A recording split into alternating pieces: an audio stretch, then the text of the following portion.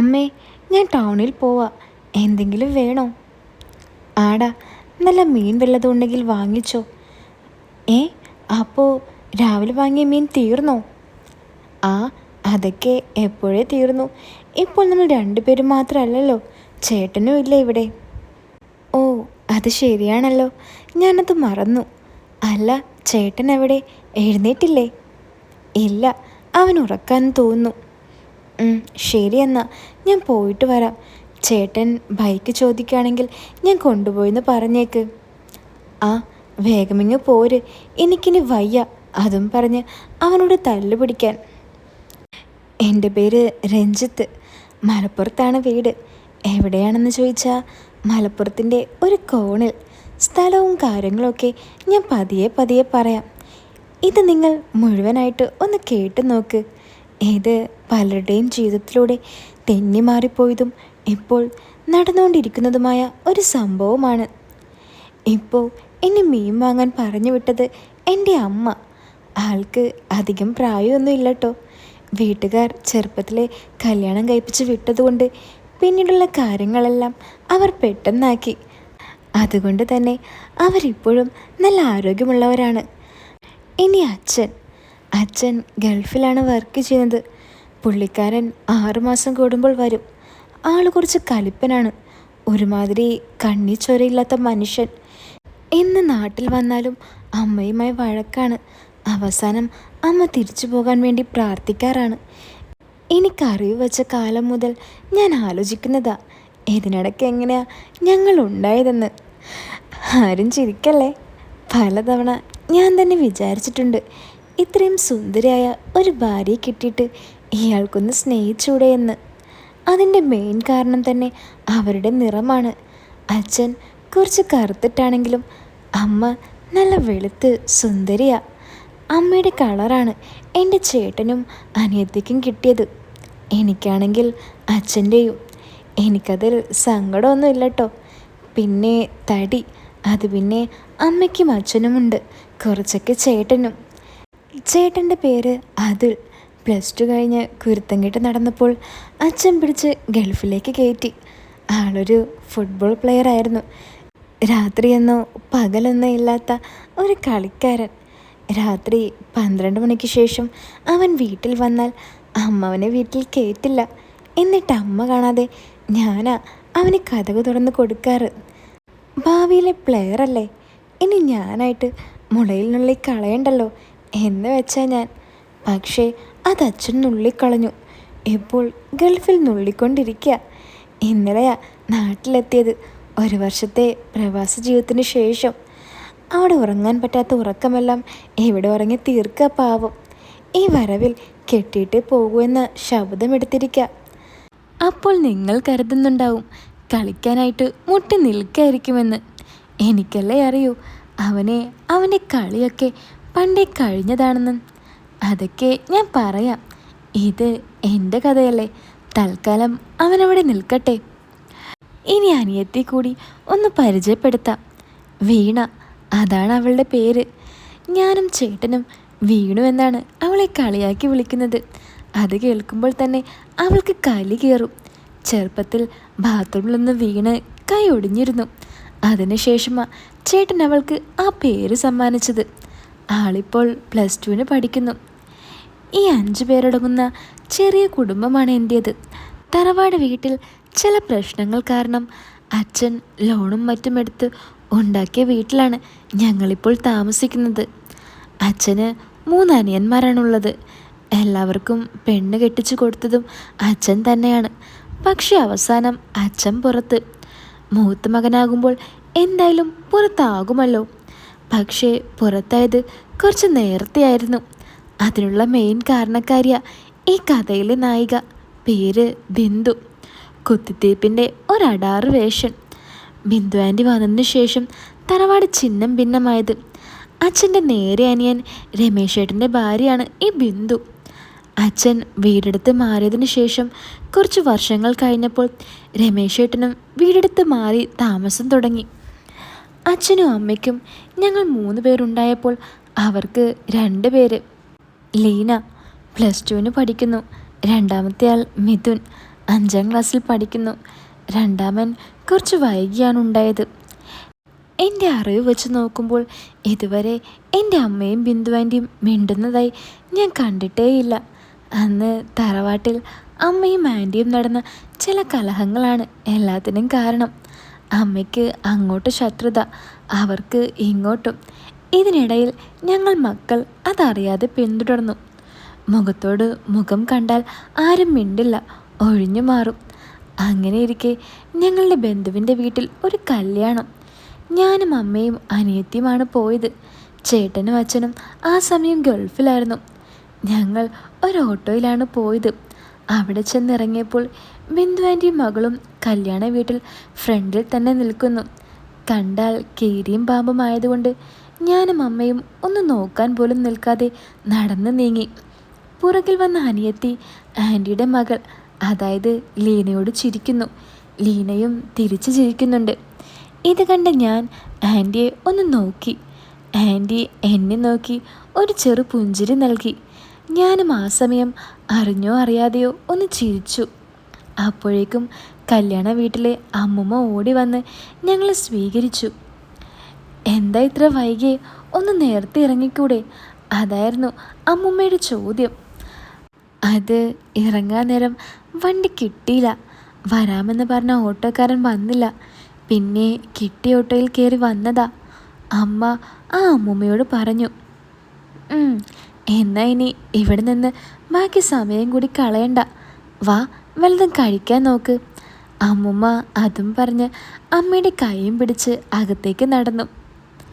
എന്നാലും ആൻറ്റി എന്നെ എന്തിനായിരിക്കും നോക്കി ചിരിച്ചത്? ഇത്രയും കാലമായിട്ടും ഒന്ന് മുഖത്തേക്ക് പോലും നോക്കാത്ത ആൻറ്റി ചിരിച്ചത് കണ്ടപ്പോൾ എനിക്കെന്തോ തോന്നി. സത്യം പറഞ്ഞാൽ ആളൊരു പ്രശ്നക്കാരിയാണെങ്കിലും ഒരു യമണ്ടൻ സാധനമാണ്. ഇത്രയും കാലത്തിനിടക്ക് ആ മുഴു രൂപം എൻ്റെ കണ്ണിൽ പതിഞ്ഞിട്ടില്ല. പക്ഷേ ഈ ദിവസമാണ് ഞാൻ കണ്ടത് എൻ്റെ ആ ജന്മശത്രുവിന് ഇത്രയും ഭംഗിയുള്ള കാര്യം. പന്തലിലേക്ക് കയറിയ ഞാൻ മറ്റാരെയോ തിരിയുന്ന പോലെ ആളെ തിരിഞ്ഞു നോക്കി. കല്യാണത്തിന് വന്ന വേറെ ഏതോ ബന്ധുവുമായി ആൾ സംസാരിക്കുകയായിരുന്നു. ഞാൻ എൻ്റെ കണ്ണുകൾക്ക് ഒരു പ്രത്യേക ഊർജം നൽകി അവരെ നോക്കി നിന്നു. എൻ്റെ ആ ഊർജം പതിഞ്ഞത് കൊണ്ടാണോ എന്നറിയില്ല, ആ സംസാരത്തിനിടയിൽ ചെറിയമ്മ എന്നെ ഒന്ന് നോക്കി, അതായത് ബിന്ദു ആൻറ്റി. ഡാ എന്താടാ ഒരു ചുറ്റിക്കളി, വാ കഴിച്ചിട്ട് വരാം. അമ്മ പുറകിൽ നിന്നും എന്നെ വിളിച്ചു പറഞ്ഞു. ആ ദാ വരുന്നു. ഞാനെന്നെ അറിയാവുന്ന ഒരാളെ കണ്ടപ്പോൾ ഒന്ന് നോക്കിയതാ, ഞാൻ പറഞ്ഞു. നിന്റെ നോട്ടം ഞാൻ കാണുന്നുണ്ട്.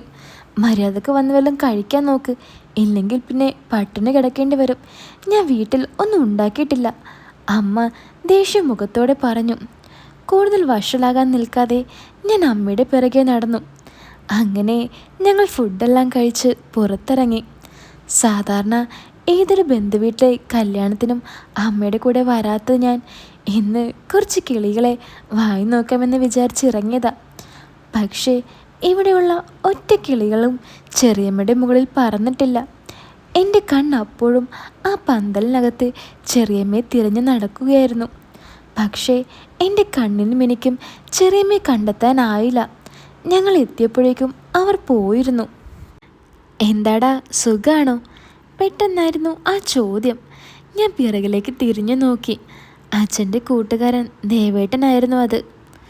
ആ സുഖം ചേട്ടാ, നിങ്ങൾ എപ്പോഴാ വന്നേ? ഞാൻ ചോദിച്ചു. ഞാൻ വന്നിട്ട് കുറേ നേരമായി. നിങ്ങൾ ഇറങ്ങാൻ പോവാണോ? ദേവേട്ടൻ ചോദിച്ചു. ആ അതെ എന്ന് ഞാൻ പറഞ്ഞു. അപ്പോഴേക്കും അമ്മയും അനിയത്തിയും വേറെ ആരെ കണ്ടപ്പോൾ അങ്ങോട്ട് പോയിരുന്നു. അല്ല, എന്താ ഇപ്പോൾ പരിപാടി? വല്ലതും പഠിക്കുന്നുണ്ടോ? ദേവേട്ടൻ ചോദിച്ചു. ഇല്ല ചേട്ടാ, ഞാൻ പഠിപ്പൊക്കെ നിർത്തി. ഇപ്പോൾ ഒരു ജോലി നോക്കുക. ഓ, നിങ്ങൾ പിന്നെ ഗൾഫുകാരാണല്ലോ, പഠിപ്പൊന്നും ആവശ്യമില്ലല്ലോ, ചേട്ടൻ എന്നെ കളിയാക്കിക്കൊണ്ട് പറഞ്ഞു. അച്ഛാ, അമ്മ വിളിക്കുന്നു. ഞാൻ നോക്കുമ്പോൾ ചുവപ്പ് ചുരിദാറിട്ട ഒരു സുന്ദരി പെൺകുട്ടി ദേവേട്ടനെ വന്ന് വിളിച്ചു. ആ ഞാൻ വരാമെന്ന് പറ അമ്മയോട്. എടി നിനക്കിവനെ അറിയില്ലേ? ദേവേട്ടൻ അവളോട് ചോദിച്ചു. അവൾ എന്നെ നല്ലോണം ഒന്ന് നോക്കിയിട്ട് പറഞ്ഞു, ഇല്ല, എനിക്കറിയില്ല. ഡാ, നിനക്കറിയോ ഇവളെ? നീയൊന്ന് ഓർത്ത് നോക്ക്, ദേവേട്ടൻ എന്നോട് പറഞ്ഞു. ആരായാലും ദേവേട്ടൻ്റെ മുന്നിൽ വെച്ച് നോക്കാൻ പറ്റാത്തതുകൊണ്ട് ഞാൻ വിഷമിച്ചിരിക്കുകയായിരുന്നു. അപ്പോഴാണ് ദേവേട്ടൻ ഈ ഓഫർ എനിക്ക് വെച്ച് നീട്ടിയത്. കിട്ടിയ ആ ചെറിയ അവസരം ഞാൻ പാഴാക്കിയില്ല.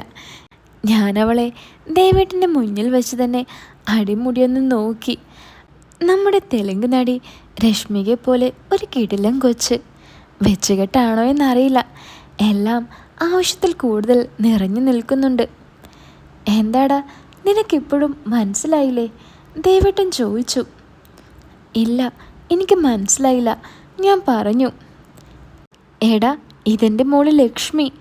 പണ്ട് നമ്മൾ ഒരുമിച്ചല്ലേ വീഗലാൻഡിലൊക്കെ പോയത്? ദേവേട്ടൻ പറഞ്ഞു. ഏത് ലക്ഷ്മി? 2ാം വയസ്സിൽ വീഗലാൻഡിൽ പോയ കഥയാ ഇയാളീ പറയുന്നേ.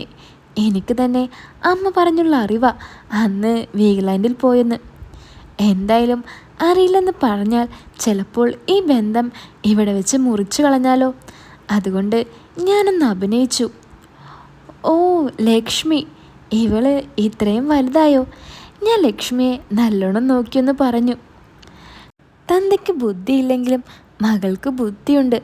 എൻ്റെ നോട്ടവും അഭിനയവും കണ്ടപ്പോൾ തന്നെ അവൾക്ക് കാര്യം മനസ്സിലായി. എനിക്കൊരു ചുക്കും മനസ്സിലായില്ലെന്ന്. അവൾ മുഖം പൊത്തി എന്നെ കളിയാക്കി ചിരിച്ചുകൊണ്ട് ഒന്ന് ബാക്കിലേക്ക് നീങ്ങി. ഡി, നീ ഇവൻ്റെ നമ്പർ ഒന്ന് വാങ്ങി വെച്ചോ. ഇവനെ കൊണ്ട് ഒരാവശ്യമുണ്ട്. എൻ്റെ ഫോണാണെങ്കിൽ സ്വിച്ച് ഓഫായി, ദേവേട്ടൻ അവളോട് പറഞ്ഞു. ഇത് കേട്ട ലക്ഷ്മി എൻ്റെ കണ്ണിലേക്ക് നോക്കി ഫോണുമായി പതിയെ മുന്നോട്ട് വന്നു. ഡാ, നിൻ്റെ നമ്പർ ഒന്ന് പറഞ്ഞു കൊടുത്തേ, എനിക്കൊരാവശ്യമുണ്ട്. ഞാൻ നിന്നെ വിളിക്കാം, ദേവേട്ടൻ എന്നോട് പറഞ്ഞു. ഹോ, ഇന്നെന്താ ഈശ്വര ഇങ്ങനെയൊക്കെ? ഒന്ന് പോയപ്പോൾ അടുത്തത് എന്ന് ഞാൻ ആരെയാണെന്നാവോ കണി കണ്ടിറങ്ങിയത്. അയാളെ തന്നെ നാളെയും കണ്ടാൽ മതിയായിരുന്നു, ഞാൻ മനസ്സിൽ ചിന്തിച്ചു. ഡാ പൊട്ട, നിൻ്റെ സ്വന്തം നമ്പർ പോലും നിനക്ക് കാണാതെ അറിയില്ലേ? ഇനി അതും ഓർത്തെടുക്കണോ? ഞാൻ നോക്കി നിൽക്കുന്നത് കണ്ട് ദേവേട്ടൻ കുറച്ച് കലിപ്പിലെന്ന പോലെ എന്നോട് ചോദിച്ചു. അല്ല, എനിക്കറിയാം എന്നും പറഞ്ഞ് ഞാൻ നമ്പർ അവൾക്ക് പറഞ്ഞു കൊടുത്തു. അല്ല, ദേവേട്ടനോ? എത്ര നാളായി കണ്ടിട്ട്? അമ്മ ഞങ്ങളുടെ അടുത്തേക്ക് വന്നോട് ചോദിച്ചു. ആ ചേച്ചി, ഞാനിപ്പോൾ ചെന്നൈയിലാണ്. ഇടയ്ക്കൊന്ന് വരുമ്പോൾ ഒന്നിനും ഒരു ടൈം കിട്ടില്ല. 100 കൂട്ടം കാര്യങ്ങൾ തന്നെ ചെയ്ത് തീർക്കാനുണ്ടാവും, ദേവേട്ടൻ പറഞ്ഞു. ഓ, നീയിപ്പോൾ നമ്മളെയൊക്കെ മറന്നോ? അമ്മ ലക്ഷ്മിയെ നോക്കി ചോദിച്ചു. ഇല്ലമ്മേ, എനിക്ക് ഓർമ്മയുണ്ട്, ലക്ഷ്മി മറുപടി പറഞ്ഞു. അല്ല, അമ്മ എവിടെ പോയി? ലക്ഷ്മിയോട് അമ്മ ചോദിച്ചു. അമ്മതാ അവിടെ അച്ഛനെയും കാത്ത് നിൽക്കുന്നുണ്ട്, ലക്ഷ്മി പറഞ്ഞു. അങ്ങനെ ലക്ഷ്മിയുടെ അമ്മയെ കാണാൻ എല്ലാവരും അങ്ങോട്ടേക്ക് നടന്നു. ഞാൻ പോയില്ല. ഞാനൊരു കോഴിയാണെന്ന് ഇനി അവർക്ക് തോന്നേണ്ടെന്ന് വിചാരിച്ചു. അങ്ങനെ എല്ലാം കഴിഞ്ഞു. മനസ്സിൽ പുതിയ 2 കരടുമായി ഞാൻ അവിടുന്ന് വീട്ടിലേക്ക് യാത്ര തിരിച്ചു. ഇനി എങ്ങനെ ചെറിയമ്മയെ കാണും? ലക്ഷ്മി എൻ്റെ നമ്പറിലേക്ക് വിളിക്കുമോ? ഉറക്കമില്ലാത്ത രാത്രികളായിരുന്നു പിന്നീട് അങ്ങോട്ട് എനിക്ക്. എൻ്റെ വീടിൻ്റെ കുറച്ച് താഴെയായിരുന്നു ചെറിയമ്മയുടെ വീട്. ഏകദേശം ഒരു 8-10 വീടിൻ്റെ അപ്പുറം റോഡ് സൈഡിൽ തന്നെയാണ് വീട്. ഞാൻ ആ വഴിക്ക് തന്നെയാണ് എപ്പോഴും ടൗണിലേക്ക് പോകാറ്. ചെറിയമ്മയുടെ വീടെത്തുമ്പോൾ ഞാനൊന്ന് സ്ലോ ആക്കും ബൈക്ക്. എന്നിട്ട് പുറത്തെവിടെയെങ്കിലും ഉണ്ടോയെന്ന് നോക്കും. ചില ദിവസം ഒരു മിന്നായം പോലെ കാണും, എന്നാൽ മറ്റ് ദിവസങ്ങളിൽ ആളുടെ ഒരു പൊടി പോലും കാണില്ല. എന്തായാലും ഇങ്ങനെ പോയാൽ ശരിയാവില്ല. എങ്ങനെയെങ്കിലും ചെറിയമ്മയുമായി ഒന്നടുക്കണം. ചെറിയച്ഛൻ ലീവിന് വന്നാൽ പിന്നെ എല്ലാം കുളമാകും. അങ്ങനെ ഞാൻ ആദ്യം അമ്മയിൽ നിന്നും തുടങ്ങി. അമ്മ കിച്ചണിൽ ചോറുണ്ടാക്കുന്ന സമയം നോക്കി ഞാൻ അമ്മയോട് സംസാരിക്കാനായി പോയി. അമ്മ, നമ്മുടെ ചെറിയമ്മയുടെ വീട് എവിടെയാ? നമ്മുടെ ചെറിയമ്മയോ? അതാരാ? അമ്മ കുറച്ച് ദേഷ്യത്തോടെ എന്നോട് ചോദിച്ചു. അല്ലമ്മേ, ബിന്ദു ആൻറ്റി എൻ്റെ ചെറിയമ്മയല്ലേ, അതാ ഞാൻ ചോദിച്ചേ. ആര്? അവളോ? അവൾ ചെറിയമ്മയല്ല, ചൊറിയമ്മയാ, ചൊറിയമ്മ, അമ്മ ദേഷ്യത്തോടെ പറഞ്ഞു. അല്ലമ്മേ, സത്യത്തിൽ നിങ്ങൾ തമ്മിൽ എന്താ പ്രശ്നം? ഞാൻ കണ്ട കാലം മുതൽ നിങ്ങൾ സംസാരിക്കാറില്ല. സത്യത്തിൽ എന്താ പ്രശ്നം? ഞാൻ ചോദിച്ചു. അല്ല, എൻ്റെ മോനിപ്പോൾ ഇതെന്തു പറ്റി? പ്രശ്നം അന്വേഷിക്കാൻ എന്താ മോൻ്റെ ഉദ്ദേശം? അമ്മ ചോദിച്ചു. എനിക്കെന്തുദ്ദേശം? എൻ്റെ കൂട്ടുകാർ ഇടയ്ക്ക് ചോദിക്കും നിങ്ങളെന്താ മിണ്ടാത്തതെന്ന്. അതാ ഞാൻ അമ്മയോട് ചോദിച്ചത്. ഓ ആണോ? എന്നാൽ എൻ്റെ മോൻ അവരോട് പറ, നല്ല തെളിഞ്ഞ കുളത്തിൽ വന്ന് കുളം കലക്കി മീൻ പിടിച്ചവളാ അവളെന്ന്. ഏ, മീനോ? മീനല്ലടാ, കോഴി. നീ ഞാൻ പറഞ്ഞ പോലെ നിന്നോട് ചോദിച്ചവരോട് പറ, അവർക്ക് മനസ്സിലാകും. അമ്മ കുറച്ച് കലിപ്പോടെ എന്നെ നോക്കി പറഞ്ഞു. ഇനി ഇവിടെ നിന്നാൽ ശരിയാവില്ല. അമ്മ ചിലപ്പോൾ ആ ചോറും കലം എൻ്റെ തലക്കിട്ടിടും. ഞാൻ പതിയെ അമ്മയുടെ അടുത്ത് നിന്നും സ്കൂട്ടായി. എന്ത് പറയാൻ, ദിവസങ്ങൾ വീണ്ടും കടന്നുപോയി. ലക്ഷ്മിയുടെ വിളിയുമില്ല, ചെറിയമ്മയെ പിന്നെ നല്ലതുപോലെ കാണാനും പറ്റിയില്ല. ഫുൾ കറക്കവും ഉറക്കവുമായി ഓരോ ദിവസങ്ങൾ ഞാൻ തള്ളി നീക്കി. അച്ഛനും ചേട്ടനും ഗൾഫിൽ കിടന്ന് കഷ്ടപ്പെടുന്നത് കൊണ്ട് തന്നെ വീട്ടിലെ കാര്യങ്ങളൊന്നും എനിക്കറിയേണ്ടി വന്നിട്ടില്ല. അങ്ങനെ ഇരിക്കെ ഒരു ദിവസം ഞാൻ ടൗണിലേക്ക് പോകുമ്പോൾ അപ്രത്യക്ഷമായി ഞാൻ ചെറിയമ്മയെ കണ്ടു. ചെറിയമ്മയും അയൽവാസിയായ ഒരു താത്തയും. എന്തോ മകൻ്റെ പ്രോഗ്രസ് കാർഡ് ഒപ്പിടാൻ പോയിരിക്കുകയായിരുന്നു രണ്ടുപേരും. സ്കൂൾ ഏകദേശം 1 കിലോമീറ്ററിനുള്ളിലായതുകൊണ്ട് രണ്ടുപേരും റോഡ് സൈഡിലൂടെ കുശലം പറഞ്ഞ് നടന്നു പോവുകയായിരുന്നു. പിറകിൽ നിന്ന് കണ്ടപ്പോഴേ എനിക്ക് ആളെ മനസ്സിലായി. എങ്ങനെ മനസ്സിലാകാതിരിക്കും? അത്രയ്ക്ക് മനസ്സിൽ പതിഞ്ഞതല്ലേ ആ രൂപം. ഉടച്ചെടുക്കാൻ ആളില്ലാത്തത് കണ്ടാൽ തന്നെ മനസ്സിലാകുന്നുണ്ട്. എങ്ങനെയാ ഇപ്പോഴൊന്ന് സംസാരിക്കുക എന്ന് മാത്രമായി എൻ്റെ മനസ്സിലെ ചിന്ത. കൂടെയുള്ള ഇത്തിക്കും എന്നെ അത്ര പരിചയമില്ല. ഇനി അഥവാ കയറി മുട്ടിയാൽ നാണം കെട്ടാലോ? ഞാൻ ഭയന്നു. എന്തായാലും ഒന്നും നടക്കില്ല. ഞാൻ ആ രൂപം ഒന്നുകൂടി മനസ്സിൽ അടിയുറപ്പിച്ചു. കാരണം വീട്ടിൽ പോയിട്ട് ആവശ്യമുണ്ടേ. അങ്ങനെ എൻ്റെ ആ ശ്രമവും പരാജയപ്പെട്ടു. ശ്രമമെന്ന് പറയാൻ പറ്റില്ല, ശ്രമിക്കാനുള്ള അവസരം പോലും കിട്ടിയില്ല, അതാണ് സത്യം. പിന്നെ വേറൊരുത്തിയുണ്ട്. നമ്പറും വാങ്ങിപ്പോയിട്ട് ഇതുവരെ ഒരറിവുമില്ല. എന്തിനാണെന്നാവോ നമ്പർ എഴുതിയെടുത്തത്. നേരെ തിരിച്ച് അവളുടെ നമ്പർ എൻ്റെ കയ്യിലെങ്ങാനും ആയിരിക്കണം. ആ സെക്കൻഡിൽ ഞാൻ വിളിച്ചാനേ. എന്തു പറയാൻ, യോഗമില്ല അമ്മിണി, പായ മടക്കി വെക്കാം എന്നായി എൻ്റെ അവസ്ഥ. പക്ഷേ എനിക്ക് കിട്ടാനുള്ളത് എനിക്ക് തന്നെ കിട്ടുമെന്ന് തെളിയിച്ചുകൊണ്ട് എൻ്റെ അവസരം ഉടലെടുത്തു. ഒരു ദിവസം ഉച്ചയ്ക്ക് ഒരു 12 മണിക്ക് ഞാൻ എഴുന്നേറ്റപ്പോൾ അമ്മ വന്ന് പറഞ്ഞു, കുറച്ച് പുളി വാങ്ങിയിട്ട് വരാൻ.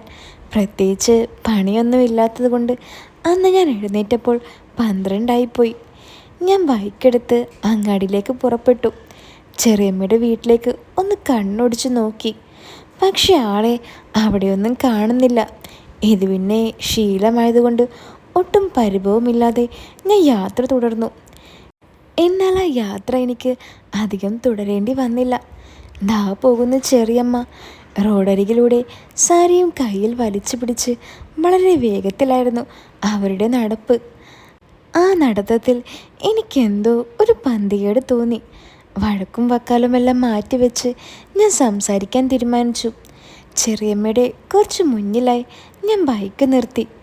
എന്നെ കണ്ട ചെറിയമ്മ കണ്ണിലേക്ക് തുറിച്ചു നോക്കിക്കൊണ്ട് നിന്നു. എന്താ ചെറിയമ്മേ, എന്താ പ്രശ്നം? എങ്ങോട്ടാ ഇങ്ങനെ ഓടുന്നത്?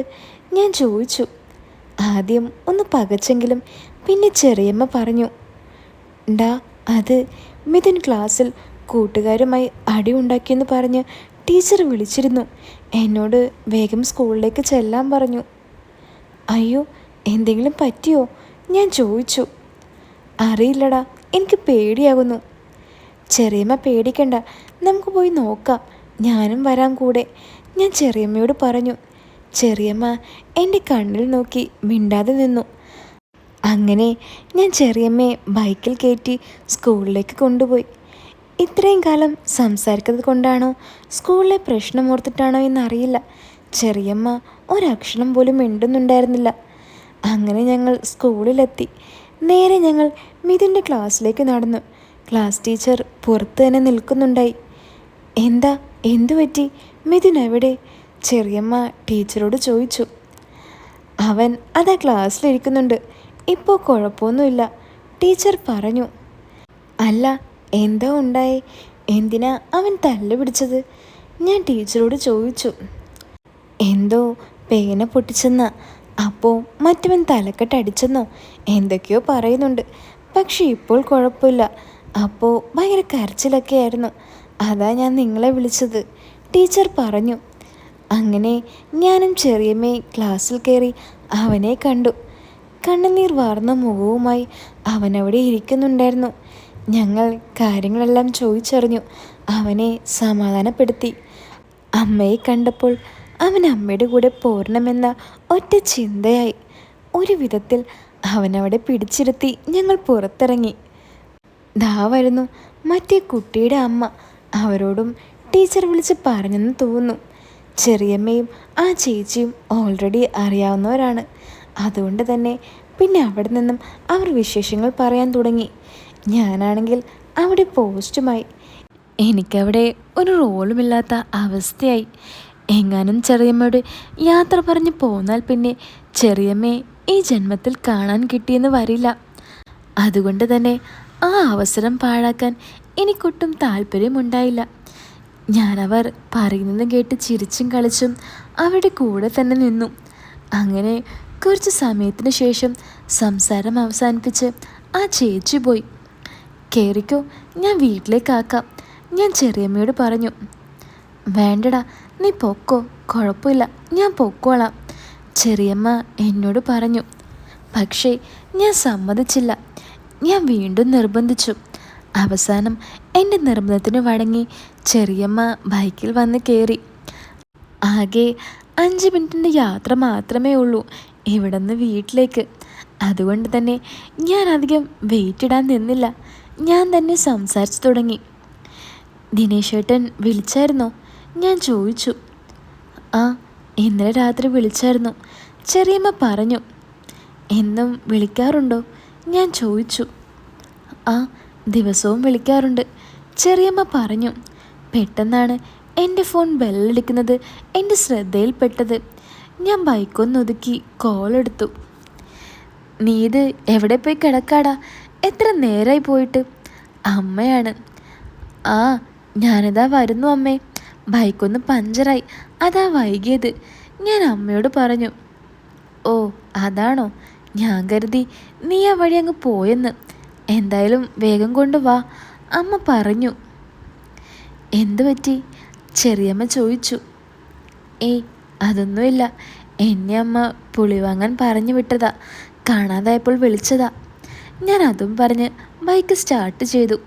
മുന്നിൽ ഒരു വലിയ കല്ല് കിടക്കുന്നത് ഞാൻ കണ്ടില്ലായിരുന്നു. ബൈക്ക് ഞാൻ മുന്നോട്ടെടുത്തതും നേരെ ആ കല്ലിലൂടെ ഫ്രണ്ട് ടയർ കയറി ഇറങ്ങി. ഒട്ടും പ്രതീക്ഷിക്കാതെ ചെറിയമ്മ എൻ്റെ ദേഹത്തേക്ക് വന്ന് വീണു. സോറി, ഒരു കല്ലിൽ അറിയാതെ ഞാൻ കണ്ടില്ല, ഞാൻ ചെറിയമ്മയോട് പറഞ്ഞു. ഏയ് അത് സാരമില്ല, ചെറിയമ്മ അത് വളരെ നിസ്സാരമായി പറഞ്ഞു. പെട്ടെന്ന് തന്നെ ചെറിയമ്മയുടെ വീടെത്തി. വാടാ, കയറിയിട്ട് പോകാം, ചെറിയമ്മ പറഞ്ഞു. വേണ്ട, ഞാൻ പോട്ടെ, അമ്മ എന്നെയും കാത്തിരിക്കുന്നുണ്ടാവും, ഞാൻ പറഞ്ഞു. കൂടെ ഒരു അഡ്വാൻസായിട്ട് ഞാൻ ഇതും കൂടി പറഞ്ഞു, ഞാൻ പിന്നെ ഒരിക്കൽ വരാമെന്ന്. ഇങ്ങനൊരു എറിഞ്ഞില്ലെങ്കിൽ പിന്നെ ഞാൻ അതിന് ഖേദിക്കുമെന്ന് എനിക്ക് മനസ്സിലായി. ഞാൻ പറഞ്ഞത് കേട്ട ചെറിയമ്മ എൻ്റെ കണ്ണിലേക്കൊന്ന് നന്നായി നോക്കി.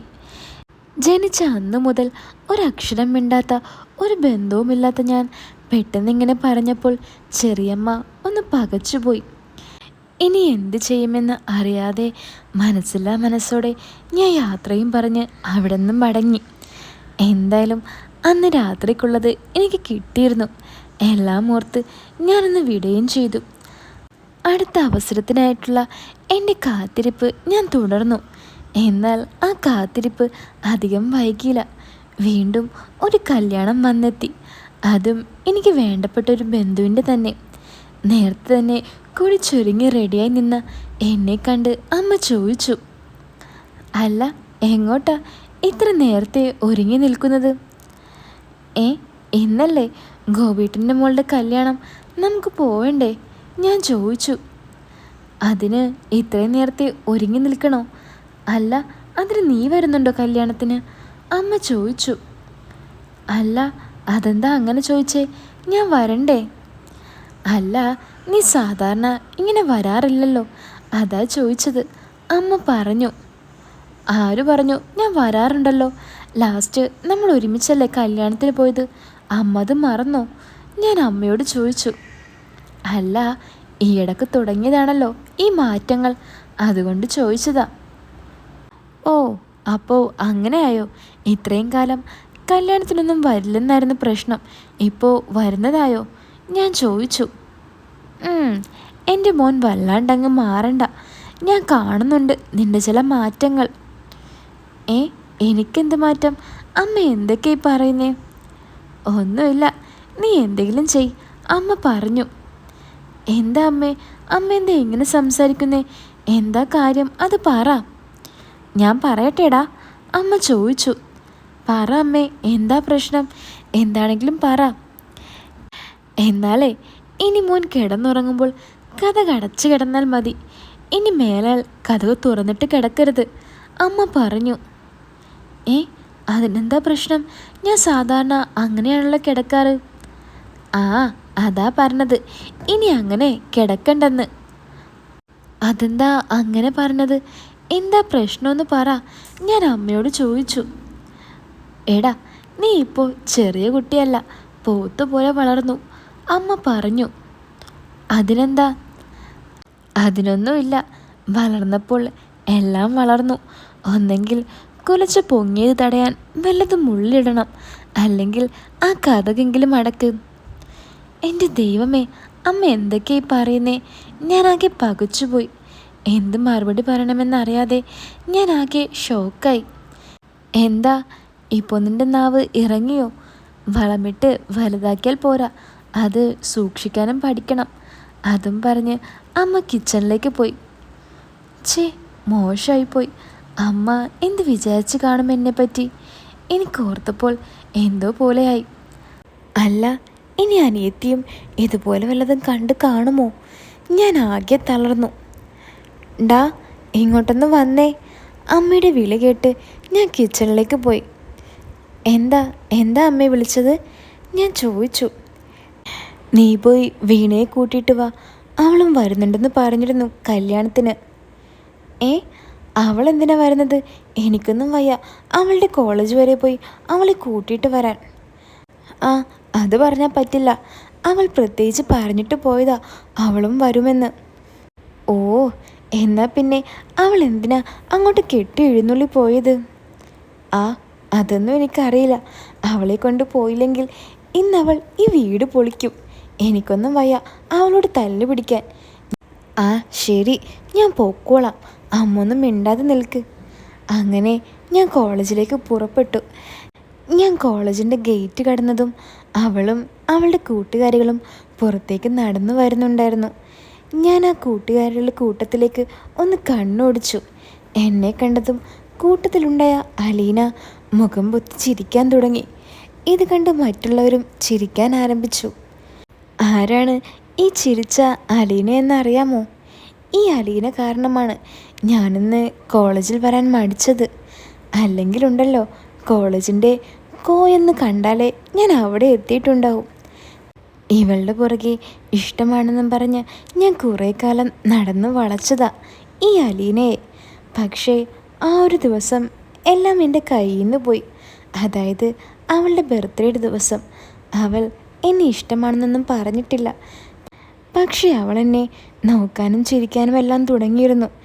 എന്തായാലും ഇങ്ങനെയല്ലേ എല്ലാം തുടങ്ങുന്നതെന്ന് വെച്ച് അവളുടെ ബർത്ത്ഡേക്ക് ഞാനൊരു ഗിഫ്റ്റ് കൊടുക്കാൻ തീരുമാനിച്ചു. എന്തു കൊടുക്കുമെന്ന് ഞാൻ കുറേ തല പുണ്ണാക്കി ആലോചിച്ചു.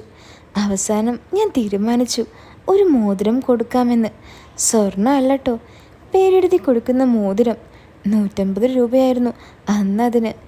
ഞാൻ പോയി പേരെല്ലാം എഴുതി ആ മോതിരം ഒരു ഗിഫ്റ്റ് ബോക്സിലാക്കി സെറ്റാക്കി വെച്ചു. അനിയത്തി പറഞ്ഞാണ് അവളുടെ ബർത്ത്ഡേ ദിവസം ഞാൻ അറിഞ്ഞത്. അവൾ കോളേജിലേക്ക് വരുന്ന റോഡ് സൈഡിൽ ഞാനും എൻ്റെ ഫ്രണ്ട് ആദിലും ബൈക്കിൽ കാത്തു നിന്നു. ഒരു 9 മണിയായപ്പോൾ അവളും 2 കൂട്ടുകാരികളും ആ വഴിയിലൂടെ കടന്നു വന്നു. അലീനയുടെ സൗന്ദര്യത്തിൽ ഞാൻ കൂടെ ഉണ്ടായ കൂട്ടുകാരികളെ പോലും ശ്രദ്ധിച്ചില്ല. അലീനയെ മാത്രമേ എൻ്റെ കണ്ണിൽ ഞാനിന്ന് കണ്ടുള്ളൂ. പിന്നീടാണ് എനിക്ക് മനസ്സിലായത് അത് ഞാൻ ചെയ്ത വലിയൊരു തെറ്റായിരുന്നുവെന്ന്. അടുത്തെത്തിയ അലീനയ്ക്ക് ഞാൻ എൻ്റെ പോക്കറ്റിൽ നിന്നും ആ ഗിഫ്റ്റ് എടുത്തു കൊടുത്തു. ചെറിയ നാണത്തോടെ ചെറു പുഞ്ചിരിയിൽ അലീന ആ ഗിഫ്റ്റ് വാങ്ങി. എൻ്റെ സുന്ദരി അലീനക്കുട്ടിക്ക് ഹാപ്പി ബർത്ത്ഡേ ഞാൻ പറഞ്ഞു. ഡാ ഊളെ, നിനക്കിത് തന്നെയാണോ പണി? കഴിഞ്ഞ ആഴ്ചയല്ലേടാ നീ ഇതുപോലൊരു ഗിഫ്റ്റ് എനിക്ക് തന്നത്? അല്ല, ഇതാരാ ഈ പറയുന്നത്? ഞാൻ അലീനയുടെ കൂടെയുള്ള അവളെ ഒന്ന് നോക്കി. അയ്യോ, ഇവളോ? ഇവളെന്താ ഇവിടെ? വാ അലീന, ഇവൻ ഭൂലോക കോഴിയാ. അതും പറഞ്ഞ് അവൾ അലീനയുടെ കയ്യിൽ നിന്നും ഞാൻ കൊടുത്ത ഗിഫ്റ്റ് വാങ്ങി എൻ്റെ മുഖത്തേക്ക് വലിച്ചെറിഞ്ഞ് കോളേജിലേക്ക് പോയി. മീര എൻ്റെ നാട്ടുകാരി, അതിലുപരി എൻ്റെ കൂട്ടുകാരൻ്റെ പെങ്ങൾ. ഒരു വിധത്തിൽ വളച്ച് സെറ്റാക്കി വെച്ചതായിരുന്നു. അപ്പോഴാണ് അലീനയെ കണ്ടുമുട്ടിയത്. ഒരു വഴിക്ക് പോവല്ലേ, 2 എണ്ണവും ഉണ്ടായിക്കോട്ടെ എന്ന് വെച്ചു. എന്തായാലും എൻ്റെ നാട്ടുകാരിയായ മീര എങ്ങനെയാണ് ആ ദിവസം അലീനയുടെ കൂടെ അവളുടെ നാട്ടിൽ നിന്നും വന്നതെന്ന് ഞാൻ ആലോചിച്ചു. അപ്പോഴാണ് ഞാൻ അറിഞ്ഞത് മീരയുടെ അമ്മയുടെ വീട് അലീനയുടെ വീടിൻ്റെ അടുത്താണെന്ന്. എൻ്റെ കഷ്ടകാലത്തിന് മീര എന്ന് അമ്മയുടെ വീട്ടിൽ വിരുന്നു പോയതായിരുന്നു. കോളേജിലേക്ക് വരുമ്പോൾ അവർ ഒരുമിച്ച് വന്നു. ഞാനാണെങ്കിൽ ഞാനൊരു കോഴിയല്ലെന്ന് അലീന മനസ്സിലാക്കാൻ കൂടെ വരുന്ന കൂട്ടുകാരികളുടെ മുഖത്ത് പോലും നോക്കാതെ അവളുടെ മുഖത്തേക്ക് മാത്രം നോക്കി പിടിച്ചു നിന്നു. അതാണെങ്കിൽ ഇങ്ങനൊരു പണിയുമായി. ഒരു വെടിക്ക് 2 പക്ഷി എന്നൊക്കെ ഞാൻ കേട്ടിട്ടുണ്ട്. എപ്പോഴാണ് എനിക്കത് മനസ്സിലായത്. ഇതാണ് ആ 2 പക്ഷിയെന്നും. പക്ഷേ ആ 2 പക്ഷിയും പാറിപ്പോയി. പിന്നെ അതിനുശേഷം അനിയത്തി വീട്ടിലുണ്ടാക്കിയ പുകിലും പ്രശ്നവും ചില്ലറയല്ലായിരുന്നു. പതിയെ പതിയെ എല്ലാവരും അതങ്ങ് മറന്നു. പക്ഷേ അവർ എന്നെ കണ്ടാൽ അപ്പോൾ തുടങ്ങും കളിയാക്കി ചിരിക്കാൻ. അതാണിപ്പോൾ ഇവിടെ കാണുന്ന കൊലച്ചിരി. ഞാൻ കൂടുതൽ മുന്നോട്ട് പോവാതെ ഗേറ്റിനടുത്ത് തന്നെ നിന്ന് അനിയത്തിയോട് ചോദിച്ചു, നീ വരുന്നില്ലേ? വരുന്നുണ്ടെങ്കിൽ വേഗം വാ, എനിക്ക് വേറെ വഴിക്ക് പോകാനുണ്ട്. ഇത് കേട്ട് അവൾ പറഞ്ഞു, ദാ ഇപ്പോൾ വരാം, ഞാൻ മിസ്സിനോട് ഒന്ന് പറയട്ടെ എന്ന്. അങ്ങനെ ഞാൻ ബൈക്ക് തിരിച്ചു നിർത്തി അവളെ വെയിറ്റ് ചെയ്തു. അതിന് അധികം വൈകാതെ തന്നെ അവൾ തിരിച്ചു വന്നു. അങ്ങനെ ഞങ്ങൾ വീട്ടിലേക്ക് തിരിച്ചു. ബൈക്കിൽ നിന്നും ഞാൻ അനിയത്തിയോട് ചോദിച്ചു, ഡി, നീ ഇതെനിക്ക് അറിഞ്ഞുകൊണ്ട് പണി തന്നതല്ലേ? അതേ മോനെ, അത് മനസ്സിലായില്ലേ? ഞാൻ കരുതി നീ ഒരു മണ്ടനായതുകൊണ്ട് നിനക്ക് മനസ്സിലായില്ലെന്ന്. എന്തിനാടി ദുഷ്ടേ നീ ഇങ്ങനൊരു പണി ഒപ്പിച്ചത്? നിനക്കിന്ന് ക്ലാസ്സിൽ പോകാതെ ഇരുന്നാൽ പോരായിരുന്നോ?